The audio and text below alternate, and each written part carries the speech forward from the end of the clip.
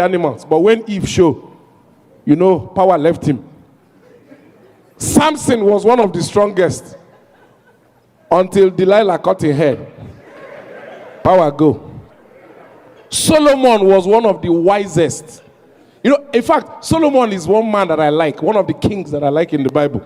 The way he was described, he's a glamorous man, handsome, writer, composer, lover of women. King Solomon, no. That man, sometimes I say I visualize him. His greatness, you can't begin to quantify. Solomon had 700 wives and cheated on them with 300 concubines. Only one person. And this was before the invention of Viagra. I don't know how he did it. In fact, if he was still alive, he would be a motivational speaker. Organizing conference for men, telling them how to handle women. Because I don't know how Solomon, because that's about, roughly, if you do simple mathematics, about 1,000 women. And you're not even up to 1,000 women here. You're not even up to 500 women. So imagine that Solomon, one person controlling all the women here. I don't know how he did it. And a year contains 365 days. So 365 wives. That means the remaining, 600 and will just go untouched in a year. That is why when you look at their dressing, that had no chance to wear trousers or belt. Now robe. Because at the ratio of one wife per day, no time to remove belt. Is anybody you see, you help her immediately. Because, no. I'm trying to censor some things here because of the children. So you can imagine the rest. Solomon was that powerful. But when a woman came into his life, Solo's power. King David was the most loved by God. The way it was recorded in the Bible. King David was the most loved. But a woman make him and God quarrel. In the whole of Israel, King David, everybody knows that in the evening, he goes to the balcony to take fresh air. And that was where that woman chose to go and bath. For backyard. Knowing that the king would be out there taking fresh air. Then she went there to. Then David,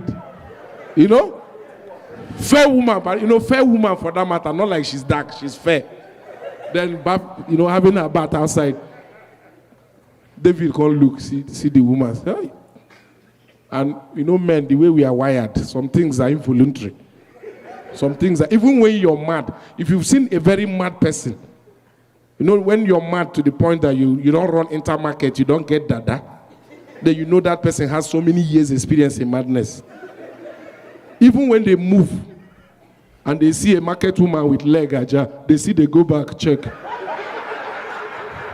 So you can imagine a healthy King David seeing a fool woman. No. David said, no, go. When I go call that woman. Go and call her. That thing she wants, she will get it. So you're very powerful. We can't even begin to question you. But we love you. You're the best thing, you're the best creature that God, without women in this life, men, you will agree with me, we won't have need to work hard. Wait till they get up for morning, go work when God has put everything in the garden. If there were no women, we would just wake up, climb the nearest mango, eat, hunt antelope, eat, and go back to sleep. Maybe play Ludo or what?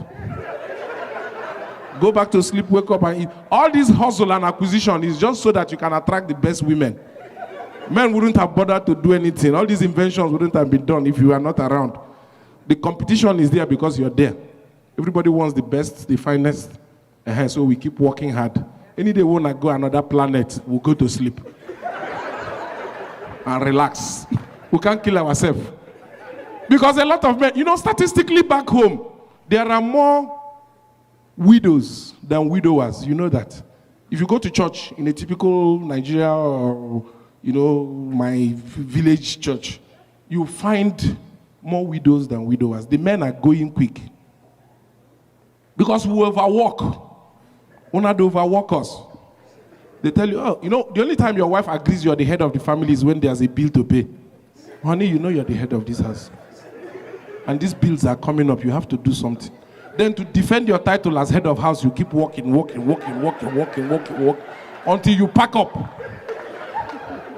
My father has been dead now for 10 years. And now when my mother, they even go abroad, they go places. She's even getting younger, and my father is gone. So I looked at this thing, I said, this head of family thing will not kill me. It will not kill me. After all, there's democracy, rotation of power. So I called my wife one day, I said, honey, you know, I believe in this democracy and power rotation. We'll be married now, it's almost 16 years. And in those number of years I've been in charge, I think it's time for you to take over the leadership of the family. Just be the head, let me just be following your instruction. My wife says, see you, so you want to run from responsibility. I said, no, it's just, let us equality. It is gender equality. I spoke all the English. I said, go, my friend, go and take care of your responsibility. So I'm looking at it now, I'm seeing myself as, hey, so at this rate now, who knows, I will go first again. And that's one thing about African women. They have a different kind of wisdom.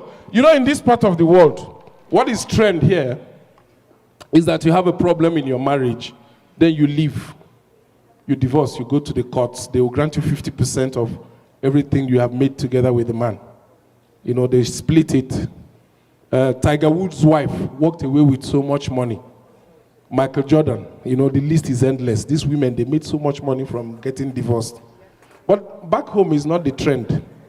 Our women are smarter than that. They are not ready to collect 50%. No. They'll just be patient. You will die. They will take 100%. Because they know you will soon kill yourself.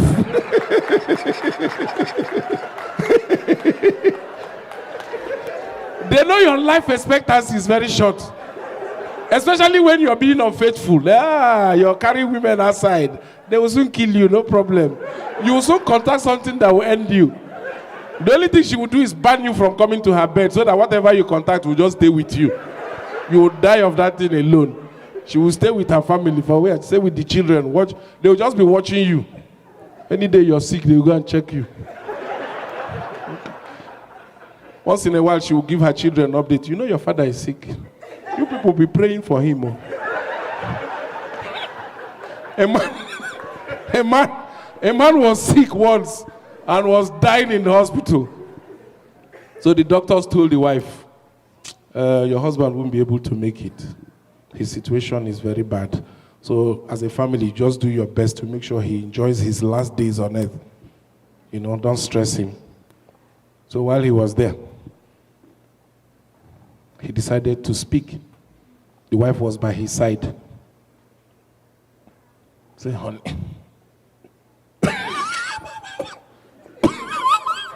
The wife said, calm down, take water. He said, leave water. I want to speak. The wife said, shh. They say you shouldn't talk, just rest. He said, what? I need to talk. The wife said, okay, go ahead. You remember, you know that since we've been married, you've always been by my side. The wife said, yes. When I lost my first job, you were by my side. The wife said, yes.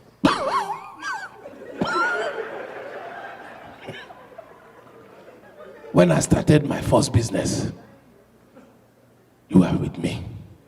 The day the shop got burnt, you were by my side. The wife said, yes.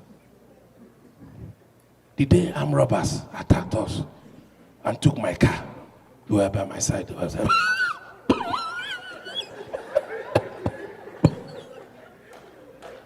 now that I'm dying, you're still by my side. The wife said, yes. He said, come on from my side, you carry bad luck.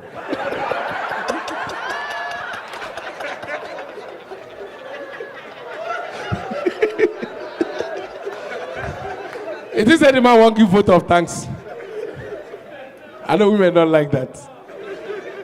Okay, let me leave women alone and talk about churches. I don't know